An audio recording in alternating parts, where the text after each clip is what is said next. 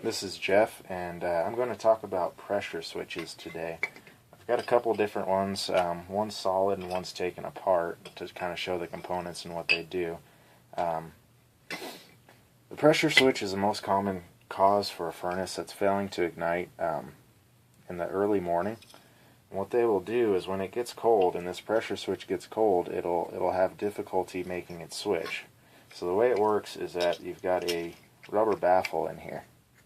And as that draft motor fires up, the pressure goes through the tube, of course, and sucks on that baffle and closes it up.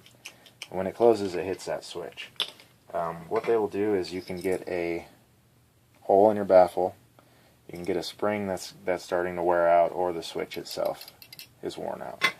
These switches, when they run, every time it clicks, it's going to cause a little spark inside that switch. Eventually, it'll wear out the contact points inside the switch. If you find that your pressure switch isn't making, you can check the furnace diagnostic LED, and that'll give you various codes as far as what's going on. But specifically for a furnace that's not running first thing in the morning and starts running later, more than likely 90% of the time you're going to have a pressure switch that's out. You're going to want to, if you have it available to you, you're going to want to check these two terminals here and see that you have voltage here. If you have 24 volts across these terminals, that means that your pressure switch is open and it's not doing what it's supposed to do. If you have 0 across it, you've got a whole nother issue.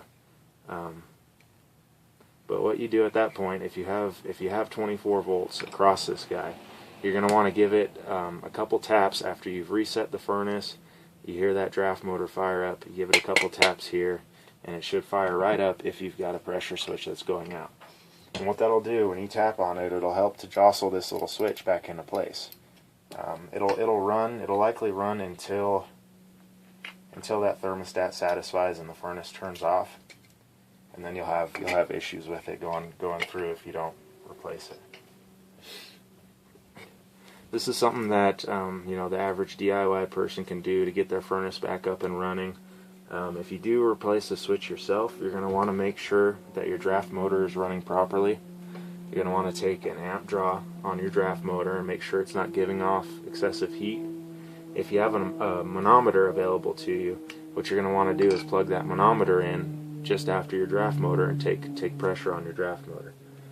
If you don't have one of those available to you, I would make sure that the amp draw is correct, the motor's not giving off heat, and then you may want to jump up on the roof and check your flue pipe, make sure that it's not smashed up.